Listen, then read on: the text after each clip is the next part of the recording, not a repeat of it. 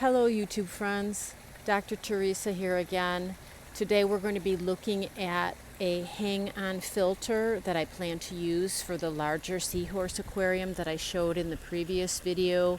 That one is a hexagonal and it's deep, and it's going to require a larger filtration system than what I originally planned when I was going to move forward with the dwarves. This is a filter that I happen to have on hand. It's a Whisper 2040, and I'm assuming that means that it can handle anywhere from 20 to 40 gallon size aquarium.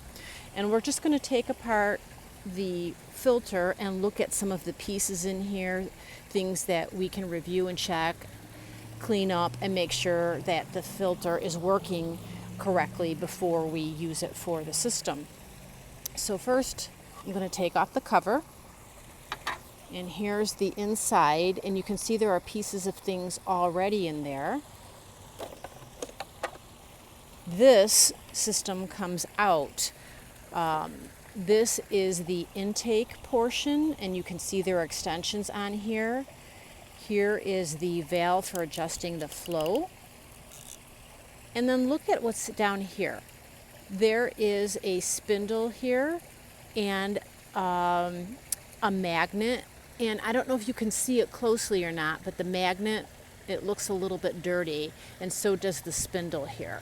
And those are pieces where you might get buildup in the chamber in the actual filter, so those will want to get cleaned. I have some water right here with me in a bucket, and I'm going to dip those in the water, just shake them a little bit, and then start to clean that area off very gently because I don't want to bend the spindle.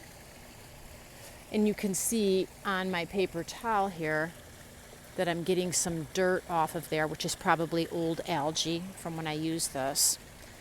Now, even though I'm taking everything apart so that I can make sure it works, this does not mean that this is the extent of the cleaning I'm going to do.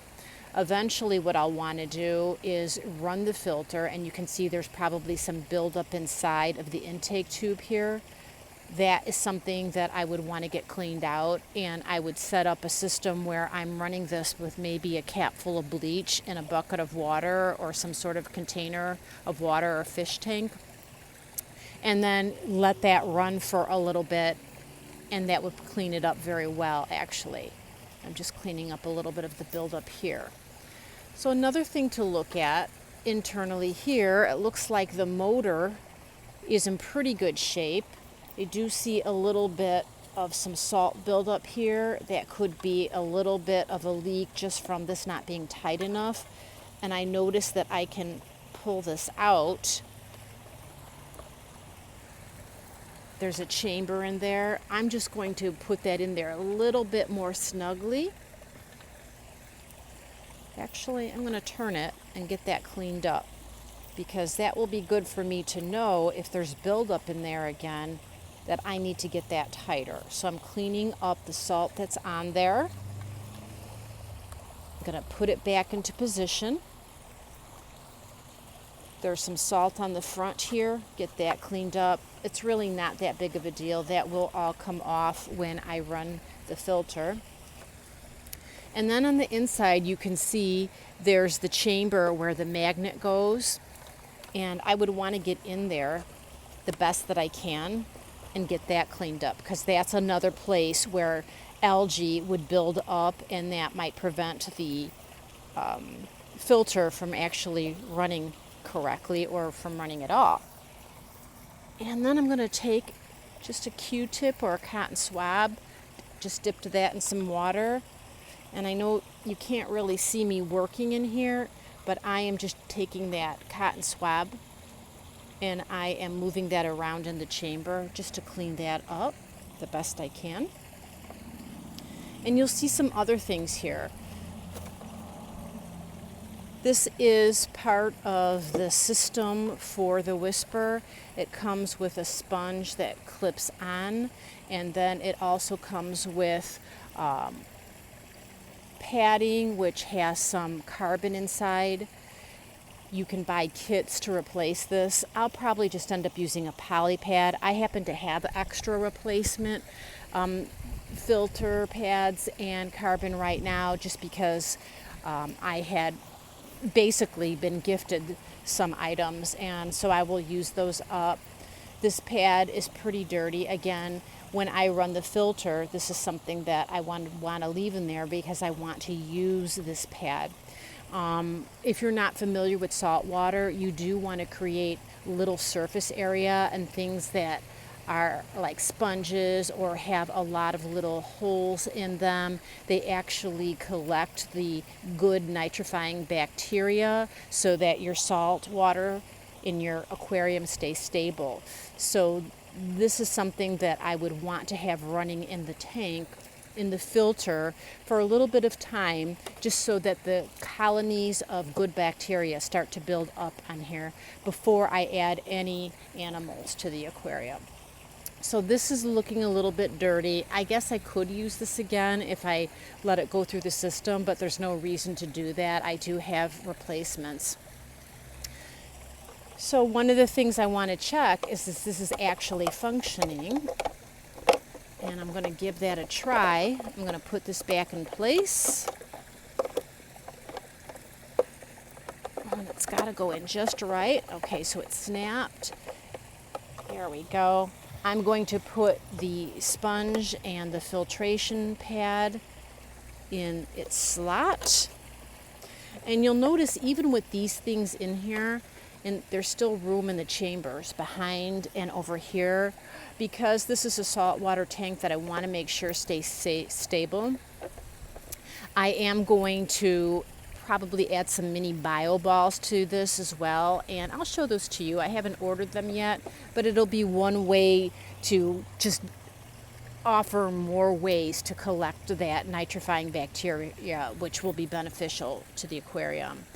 So I don't really need to put the cover back on for me to test this, that it's going to work.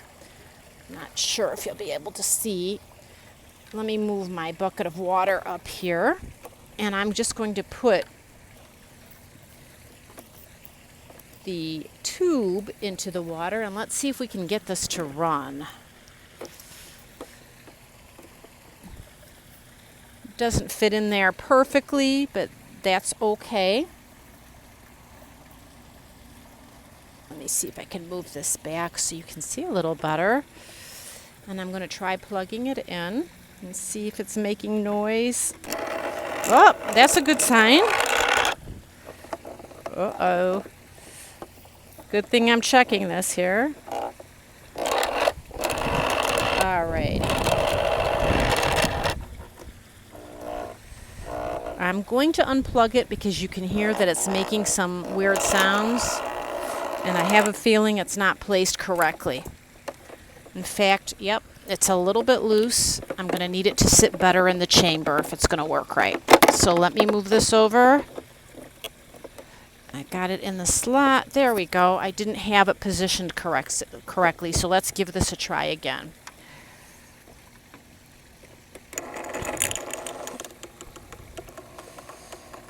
All right, sounds a little better. I'm not sure if it's siphoning.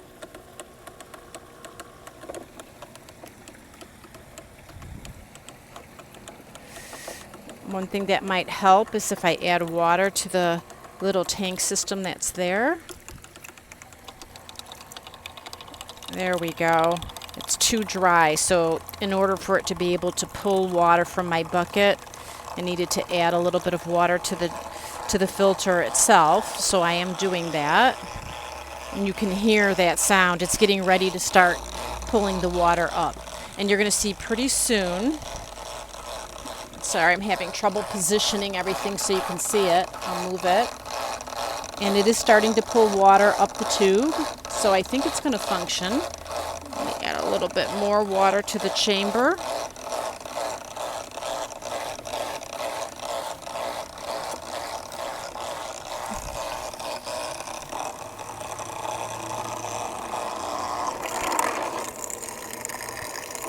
Uh-oh. I need to unplug it again because I just pushed the tube out, and And this is why we experiment with it in the beginning. This bucket is actually a little bit too small to put the tube all the way to the bottom for where I would like it. So let's try this again.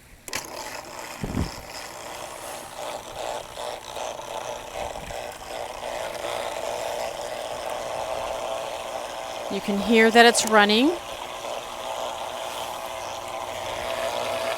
And it is starting to draw water up.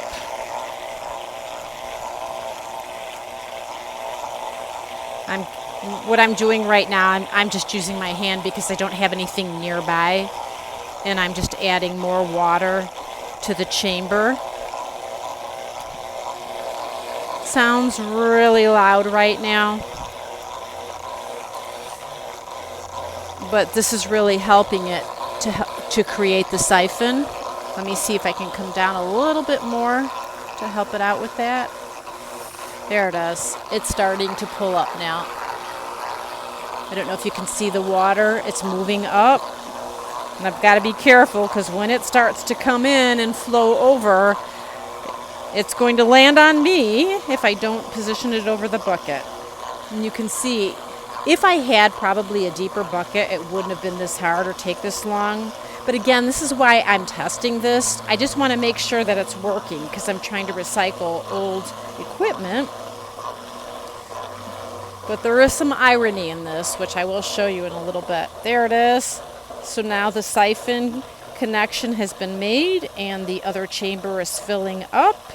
And pretty soon we should see some flow into the bucket.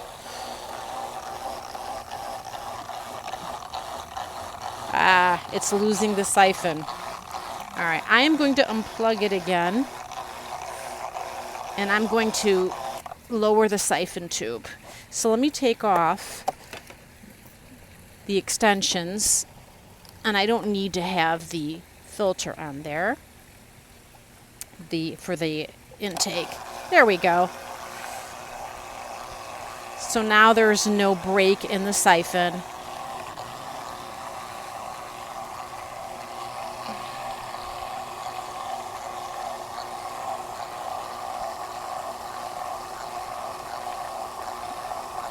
And it's going back.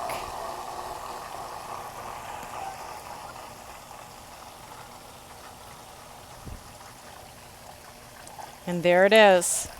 So it's definitely running.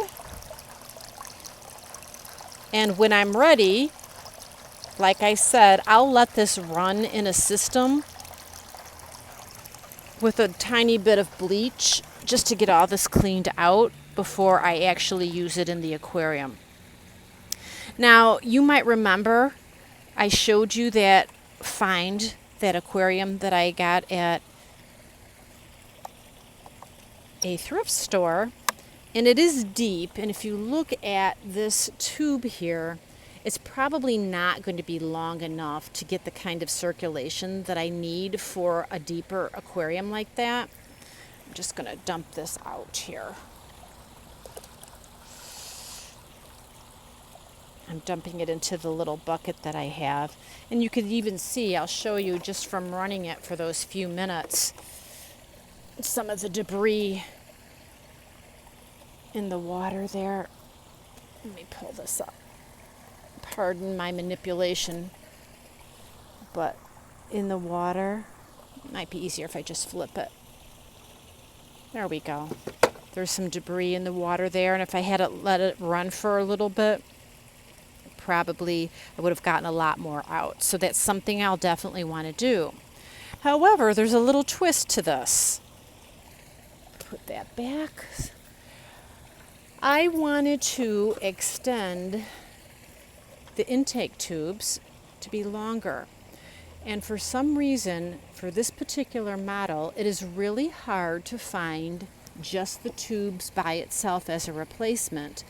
And the extension kits that are available are really kind of expensive. In fact, it was actually cheaper to buy a new filter than to buy the extension tube kit. And I did do that. So I am going to move some things here. And it'll be kind of fun to do an unboxing. So I'm going to do that. You can see that it comes with the instructions on the top right there. Oops, sorry about that. My dog is checking out what I have here. He thinks it might be for him. And it looks very similar to the one that I have now. So since I have this new one, I may as well just use the new one. There it is. There's that sponge system. This one doesn't look as thick as the other one, or as coarse. Inside of here, this is going to be the cartridge that's going to have the filter pad and the carbon. I'm not going to open that because it's going to make a mess. Here are the extension tubes, and then the magnet there on top talking about the knob for adjusting the flow. Well, you know what? I will go ahead and open this. But you'll see that inside it looks very similar to the other one.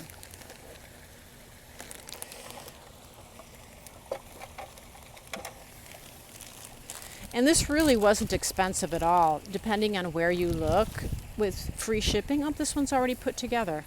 So it has the carbon inside. I didn't have to open it. When you buy the replacement kits, they keep the carbon in a foil package, and then you have to put everything together. So they must have thought that it was better for buying the filter to just do that for the aquarist. But one of the things that I'm looking forward to here is being able to use these extension tubes from the old filter. And I'm going to keep this old filter because it's still going to be good for parts. But anyway, what I was saying before, the cost, depending on where you get it from with free shipping, is only like $15. So that's why I was saying it was really worth looking into just getting a new filter and then using the old one for parts. But now I have extensions here. I can put this on here, and I can even put this one over here, so it's sort of like double. And I have significantly increased the length of the intake tube. So when I put this one in here, just so you can see for comparison how much space it takes up compared to the other one, here's the filter. Much longer, and this is going to do much better in that deeper aquarium. Well, this was sort of a mixed bag. I hope you were able to take something away from this today. If anything, if you have an old filter, the idea of being able to take it apart, you're not going to hurt it. These things are designed so that you can take them apart and clean them. And we'll look at our next phase in preparing for the aquarium pretty soon. It's getting to that point where I'm going to have everything set up and in place, and we'll be able to order the seahorses, which will be, of course, much more exciting than all this. Take care and stay well.